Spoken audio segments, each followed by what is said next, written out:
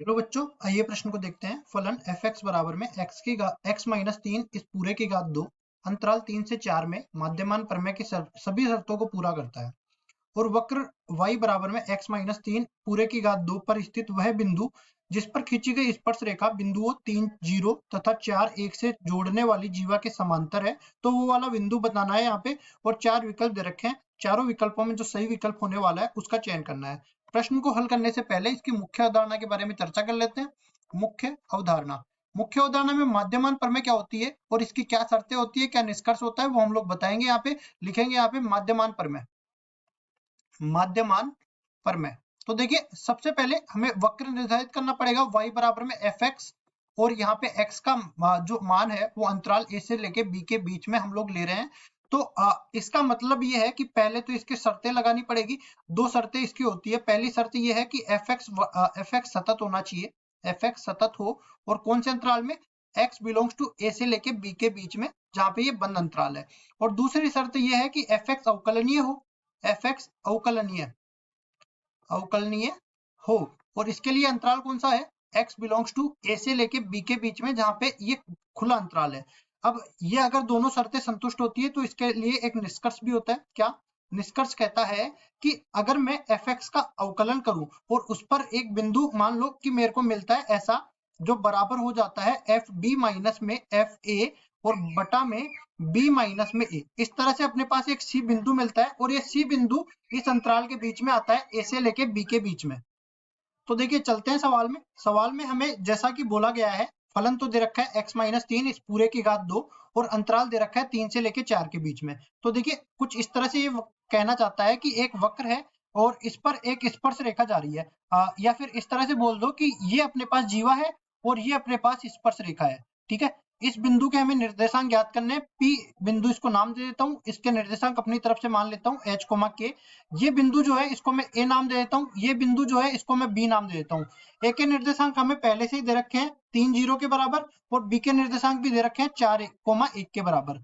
तो देखो 4 1 यहाँ पे रख लेते हैं। इस पूरे वक्र का समीकरण हमें दे रखा है y बराबर में x माइनस 3 इस पूरे का वर्ग के बराबर। तो देखिए, हम लोग क्या कर देते हैं यहाँ पे, इस तरीके से। पहली चीज, इसमें माध्यमान प्रमेय संतुष्ट करानी है, तो हम लोग जानते हैं कि y बराबर में x माइनस 3 पूरे का वर्ग एक बहुपदीय फलन है। ठीक है, इसको बोलेंगे y बराबर में fx एक बहुपदीय फलन है, बहुपदीय फलन है। इसलिए दिए गए अंतराल में सतत और अवकलनीय दोनों होगा, सतत व अवकलनीय होगा। और देखो, ये शर्त तो लागू होगी। अब चलते हैं निष्कर्ष में पहले तो इसका अवकलन कर लेते हैं। अवकलन करने टाइम देखो, fx बराबर में क्या दे रखा है, x माइनस 3 इस पूरे की घात 2 के बराबर। अवकलन करेंगे f डेश x किसके बराबर आ जाएगा, 2 गुना में x माइनस 3 के बराबर आ जाएगा। देखिए, अब यहाँ पे रख देंगे हम लोग f डेश x का मान h रख देंगे। इस बिंदु के लिए निर्देशांक निकालेंगे ना, तो ये बन जाएगा 2 गुना में h माइनस 3 के बराबर। इसको मैं समीकरण नंबर 1 नाम दे देता हूँ। दूसरा, मैं यहाँ पे देखो और क्या निकाल लेता हूँ, एफ बी माइनस में एफ एक बटा में बी माइनस ए निकाल लेता हूँ। तो यहाँ से देखिए, बी का मान कौन से अंतराल में निकालना है, हमें 3 से लेके 4 के बीच में हमें निकालना है। तो यहाँ पे बी का मान, ए का मान तो दे रखा है 3 के बराबर, बी का मान दे रखा है 4 के बराबर।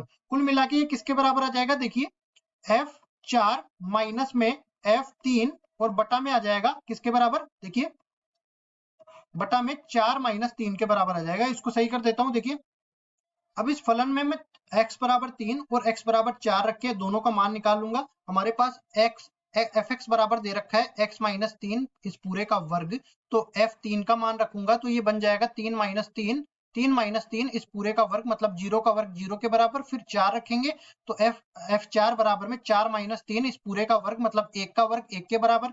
अब हम लोग आगे बढ़ते हैं, तो ये पूरा जो है हमें मान f डेश h किसके बराबर रखना है,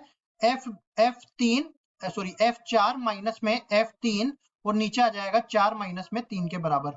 तो ये किसके बराबर हमने निकाला है, 2 गुना में h माइनस 3 के बराबर ये हमने निकाल लिया है। और ये बराबर किसके हो जाएगा, देखो f4 का मान 1 के बराबर है, f3 का मान 0 के बराबर है। नीचे अपन देखते हैं 4 माइनस 3 ये बन गया, मतलब कुल मिला के 1 के बराबर बन गया।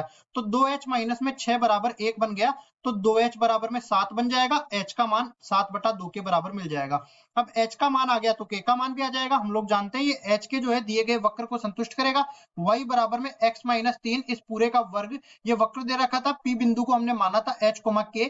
अब देखिए h का मान हमें कितना मिल गया, 7/2, और y का मान k के बराबर होगा, और यहाँ पे बन जाएगा 7/2 माइनस में 3 इस पूरे का वर्ग, कुल मिला के k बराबर हो जाएगा 1/2 इस पूरे का वर्ग, जिसको 1/4 के बराबर कह सकते हैं। तो बिंदु जो p h, k माना था, इसका मान किसके बराबर आ गया, 7/2, 1/4 के बराबर आ गया। अब देख लेते हैं ये कौन से विकल्प में आ रहा है, 7/2, 1/4, ये बी विकल्प के अंदर आ रहा है, तो बी विकल्प बिल्कुल सही उत्तर हो जाएगा। आशा करता हूँ ये सवाल आपको समझ में आया होगा। धन्यवाद।